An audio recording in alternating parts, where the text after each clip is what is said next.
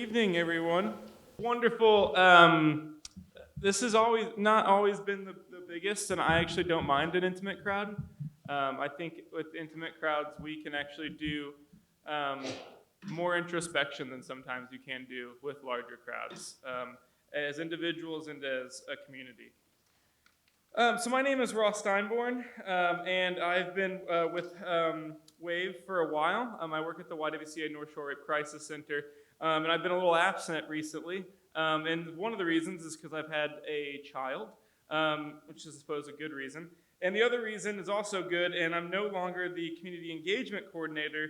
I was promoted. I'm now the boss of the YWCA North Shore Rape Crisis Center. So I'm now the director of the YWCA North Shore Rape Crisis Center, which is something that isn't completely public yet, but intimate crowd.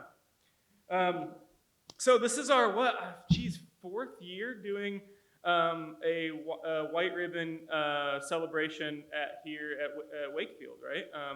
The first time I remember, well, it's like our fifth year because the first year we just hung ribbons in the snow, I remember, and then the second year was at the library, and it's our third year here at the high school.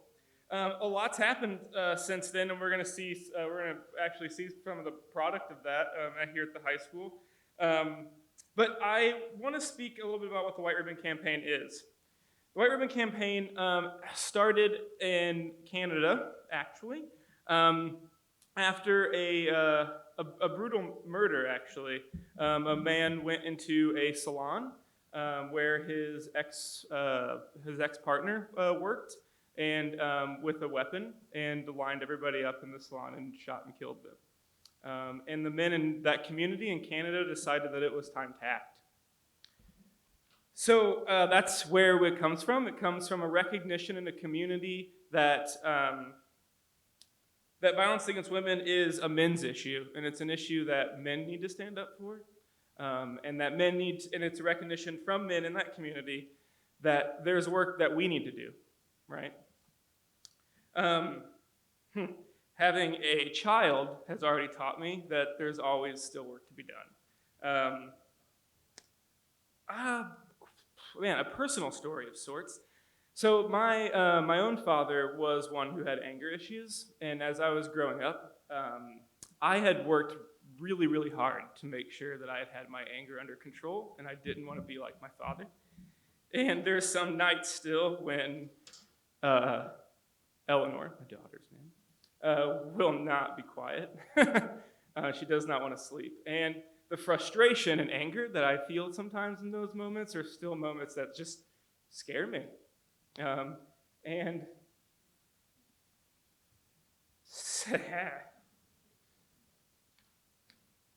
so the White Ribbon Campaign is a recognition that we still have work to do, and it's okay to be scared. And I'm going to stop talking so I stop crying. So I'm going to introduce our keynote speaker for today, Tony Burns, who is the Executive Director of Common Purpose, Inc.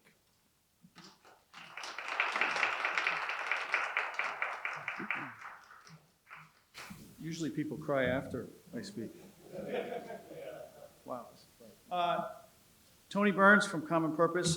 Common Purpose is an intimate partner abuse education program. The heck is that, right? Formerly known as batterer intervention. Can anybody tell me what a batterer is? It's one who batters. Most everybody, when I ask that question, they say, they have their own image or stereotype of what a batterer is. Usually it's a bald-headed guy, lots of tats, wearing a tank top. About 6 years ago, well, actually, when we first started this work in Massachusetts, they used to call us Batterer Treatment Program. And they got rid of the word treatment because treatment implies that this is a sickness. And domestic violence is a sickness, and that and there's a cure. So they changed it to Batterer Intervention. However, Common Purpose, we've been around since the mid-'80s. We always hated the word batterer because it's not really a clinical word. It's more of a political term. It doesn't have any clinical definition. It's not like someone can say they suffer from Batter syndrome, simplex 10 or whatever. So when we, about 6 years ago, the state finally removed the word batterer because it didn't have a clinical definition. And it actually confuses the issue. So many men come to my program and they're like, oh, I didn't batter anybody, I'm not a batterer. And I'm like, well, I didn't say you were. So thank God we got rid of it. But the state, in its infinite wisdom, Department of Public Health, named us Intimate Partner Abuse Education Program. It's not really an acronym that rolls off the tongue. I mean, they had a chance, they could have done it. But I do like it, it's more specific. When someone's ordered to my program, it's a 40-week program, 2 hours a week. Most everybody, about 98% of the men in the program, Common Purpose has about 300 men in the program at the moment. Oh, there we go. Most of the men, 98%, are probably ordered through a condition of their probation. So there's been an arrest. The case was adjudicated, and now they're on probation. And in order to satisfy their probation conditions, they have to complete our program, which means they're not very happy about being there. Not exactly the best way to start a therapeutic environment, someone being forced there. But if we do accept volunteers, but we don't get very many. Which leads us to what the problem is. You know, when we talk about creating a culture, that's what the White Ribbon Campaign is. It's about creating a culture where violence isn't acceptable, it's not reinforced. And when I usually like to talk to to groups like this, I'd like to start to define, what is violence? Anybody know? What is violence? Causing harms to others. Okay. What does it look like?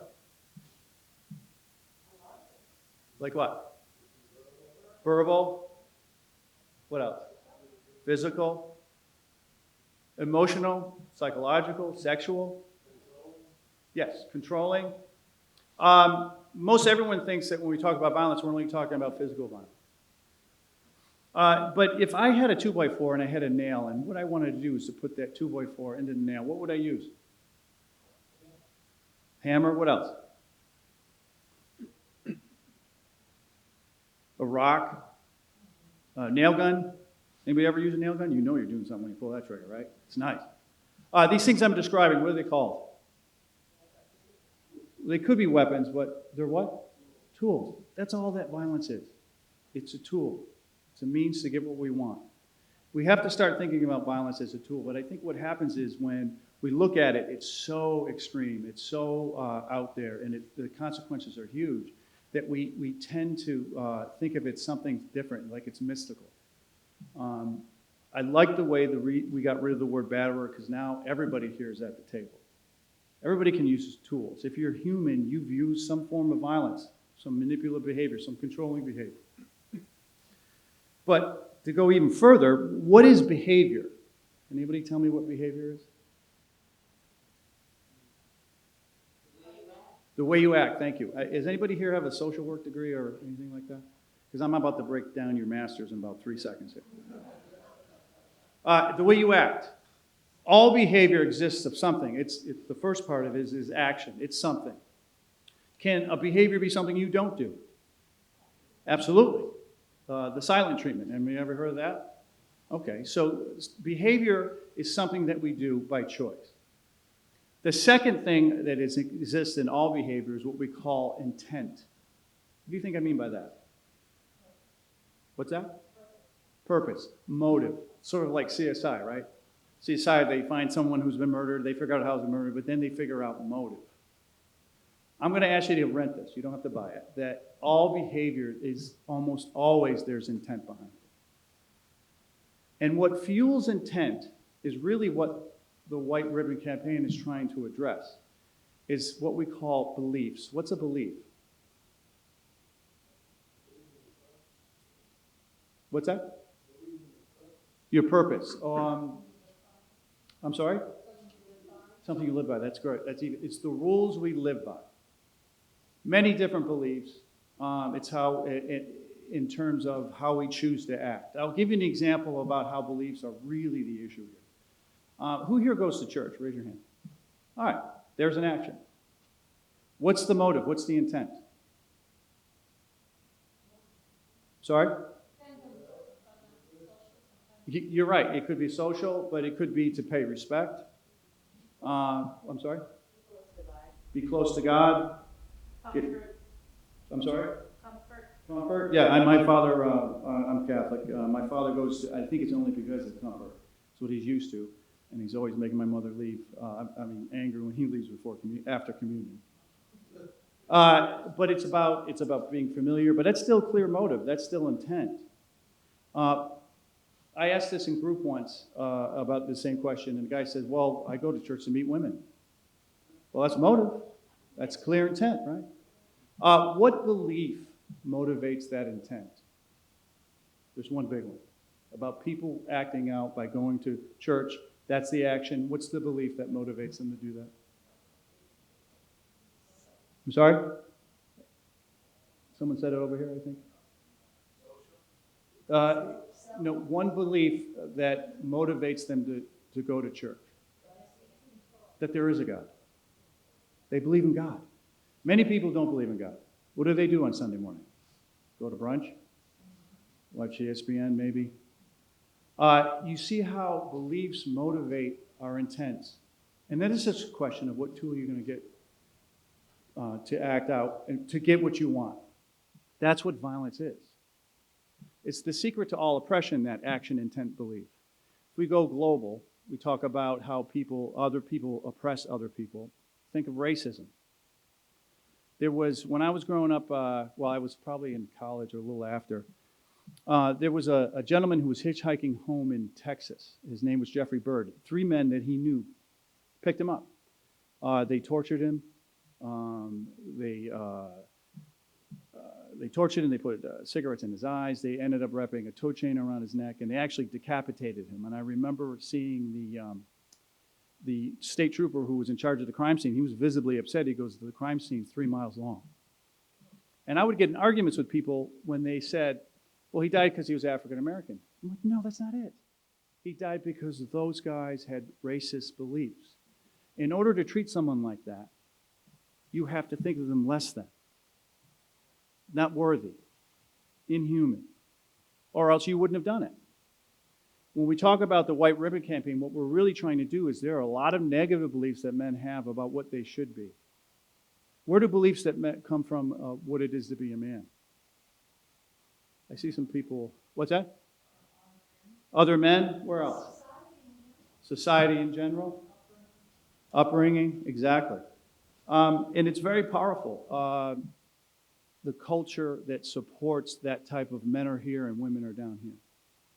And you had talked about I'm going to share a personal story. When I was growing up, I played football. And I played when I was in elementary school and high school, and I would have played in college if it wasn't for the fact that I was really horrible. But that notwithstanding, I remember we used to play, it was, our town called it juniors. So I was like, I think it was 11 or 12 years old. They used to call it Pee-wee, but Pee-wee wasn't manly enough, so they called it juniors.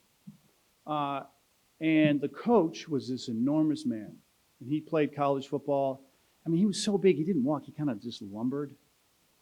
And I remember Mr. Dowse, and he was very funny. He was sarcastic, really quick with his wit. And, when you're a little kid growing up, you see a powerful guy like that who's funny, and he actually he just walked in and people paid attention to him.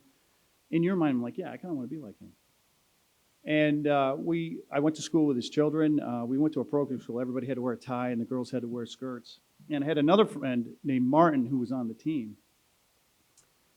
And Martin would show up late for practice. And coach was upset. And one day, coach finally said, Martin, why are you coming late?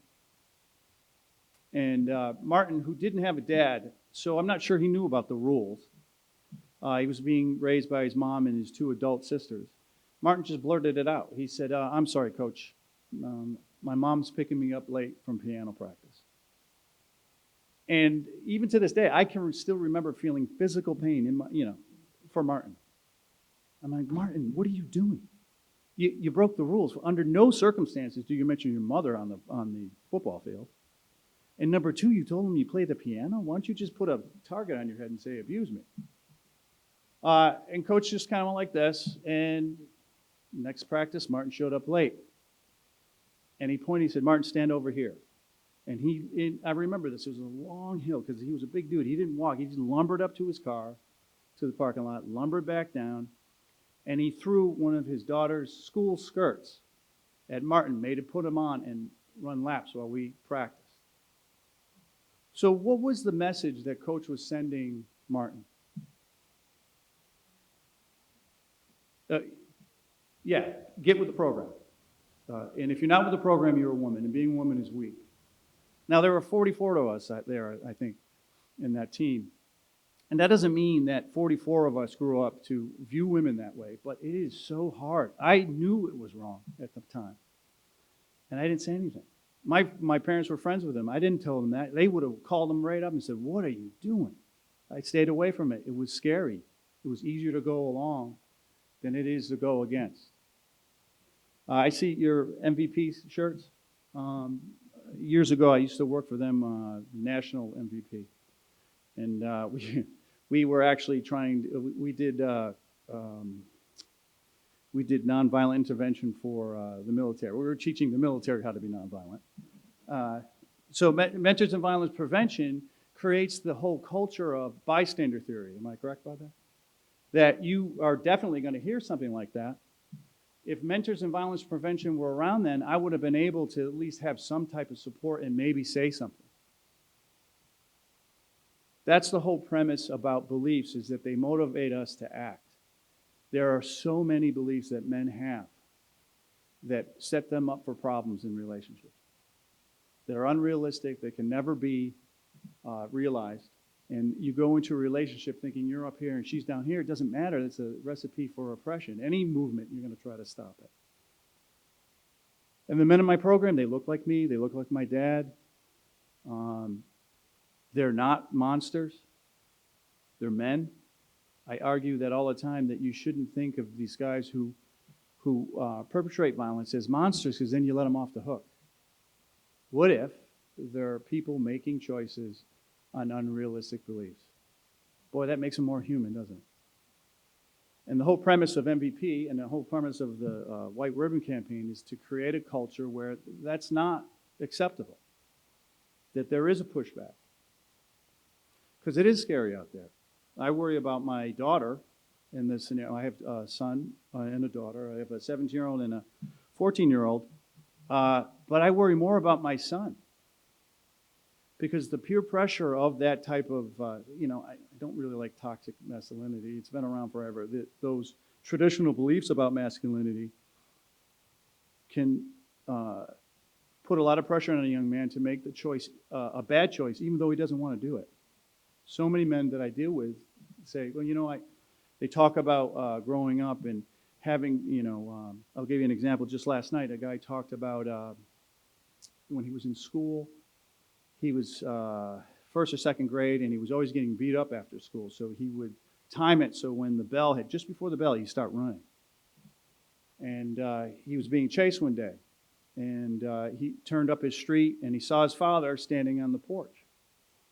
And he felt a sense of relief. Oh, their dad's going to help me, and all this. And he got up there, and his father looked at him, threw a box cutter on the porch, stepped back, closed the door, and locked the door. What's the message to his son? Handle your own. What a tough lesson. What a horrible lesson. And we're taught this through society. We're also taught through popular culture. It's still around anymore, but how much money do you think Married with Children has made Fox? If you think about what makes something funny, a joke, what really is happening is the person writing the joke or telling the joke is trying to key into those beliefs that he thinks you believe. If you look at the traditional beliefs about what a man is, Al Bundy, anybody know what kind of job he does? Yeah, what kind of shoes? Women's shoes. Why is that funny? Because it goes against that traditional belief that a man doesn't do that kind of work. Does his wife have an opinion? Does anybody remember this? I'm going to be dating myself. Yeah, she has an opinion, and she says it all the time. That goes against that traditional view of what a woman should be, right? In a relationship.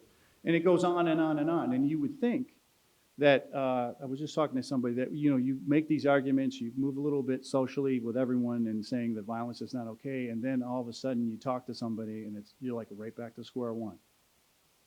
These things are still being perpetrated. I do these talks all over the place, and even elementary school kids come up with those traditional beliefs about what it is to be a man and what it is to be a woman that could set you up for problems. Some subtle, not so subtle. How much time do I have? 3 minutes, all right.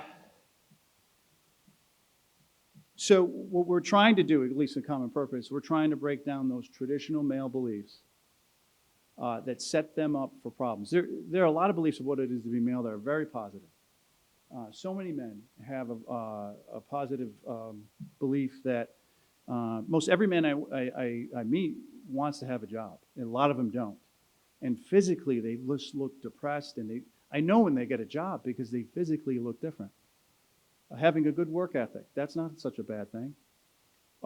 Many positive feelings about what it is to be a dad, a father, that you can utilize. There's a big initiative in Massachusetts called the Fatherhood Initiative, Nurturing Fatherhood, that has been a complete success. And I'm always jealous of those programs because everybody can identify with being a good father, but nobody wants to come to my program. So, you had, someone had said 2 or 3 people, they were upset about the turnout here, and you said it was intimate. Listen, this is what social work is. You make some inroads, and you keep plugging. What I've learned over the years is that, especially the White Ribbon Campaign, that's awesome that it's an annual thing, but the argument is never over. It just changes a little bit. So I don't want to go over my time. I think I already have. But no, I appreciate you guys asking me to come here. This is really nice to have a community initiative like this. I wish more towns were like this. And it is important work. So don't be embarrassed. I think you should be proud. But thanks for your time.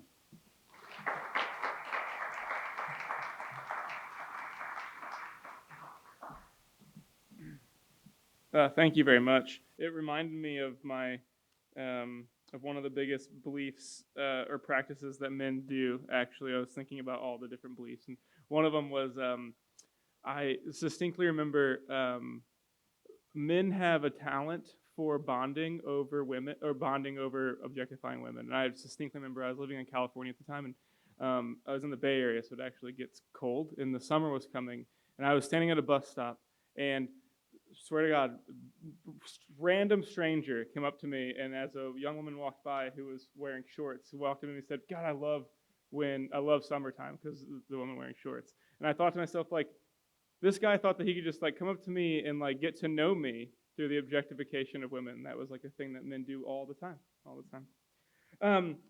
So let's move on. I don't want to. So we're gonna have everybody. We're gonna have folks come up who have the statistics. They're just going to stand. Sorry, I was unaware of that one.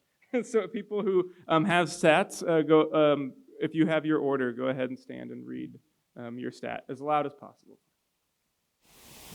Behind every sexual and domestic violence statistic is the story of a woman, child, or man who is affected by sexual violence, domestic violence, and stalking. Statistics are powerful tools shaping policy, setting priorities, and informing public understanding of these issues. In Wakefield, according to the 2019 Youth Risk Behavior Survey, 9.6% of Wakefield Memorial High School students reported experiencing sexual violence, which was an increase from 2017. In Wakefield, according to the 2019 Youth Risk Behavior Survey, 6.1% of Wakefield Memorial High School students reported sexual dating violence in the past 12 months compared to 4.8% in the middle section. Young men and women in relationships who are victimized at a younger age are much more likely to continue to be victimized into their adulthood. Of the 18 individuals killed by their partners this year in Massachusetts, 4 were in their 20s, 3 female, 1 male.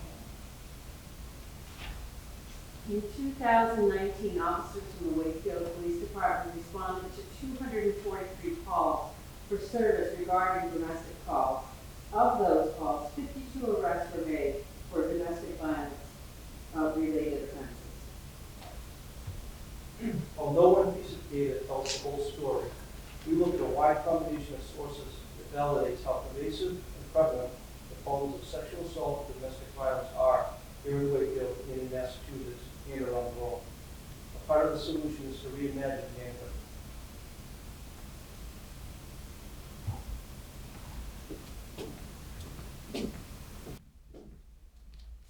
And now I actually want to introduce our Wakefield Memorial High School MVP students who are going to, Lauren Blois and Ryan Stewart, who are going to play Georgia, right? Nice.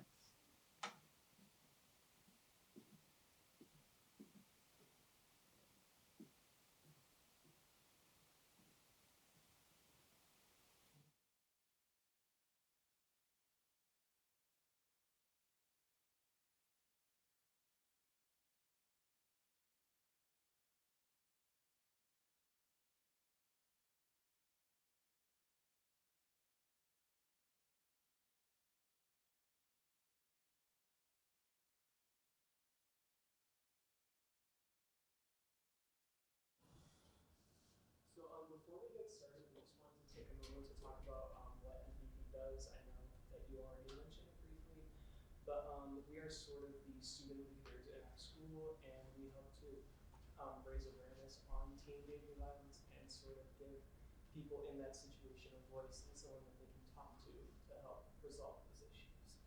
Some of the values that we try to promote are that love shouldn't hurt and that love is as equally important as respect. So you can kind of let those things resonate as we play Georgia.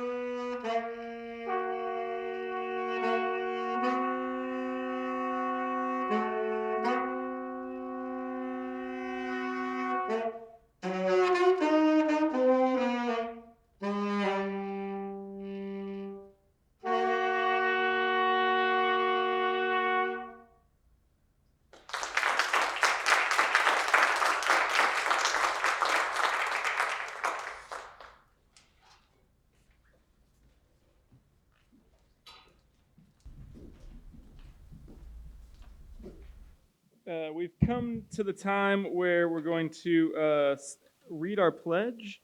And to help me do that, I'm going to ask Town Administrator Steve Mayo to come down. And Chief of Police Steve Scory. I said that wrong. I always do. I feel like every year I get your name wrong. I apologize. That's a plus. Deputy Chief of Police Craig Calabrese. Calabrese.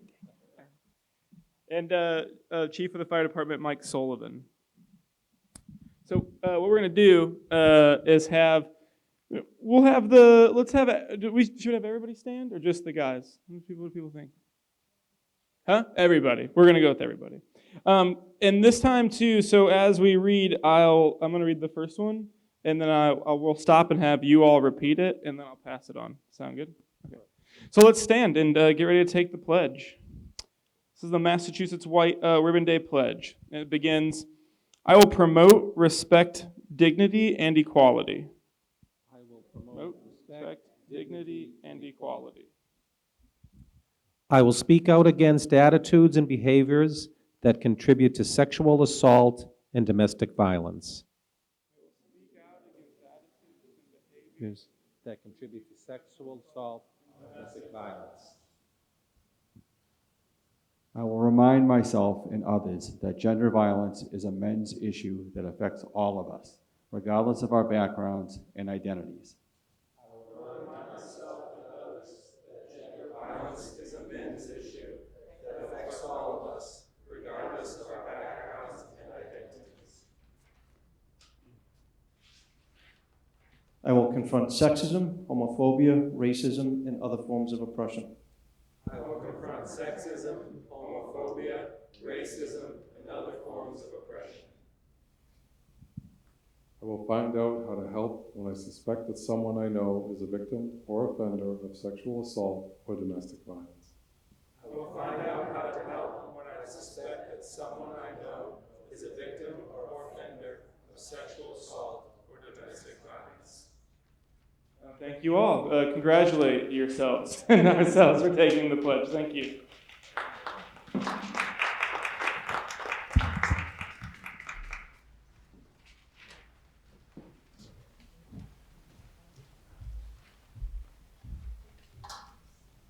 And that wraps up our program for tonight. Thank you all for coming out, and have a good rest of your evening.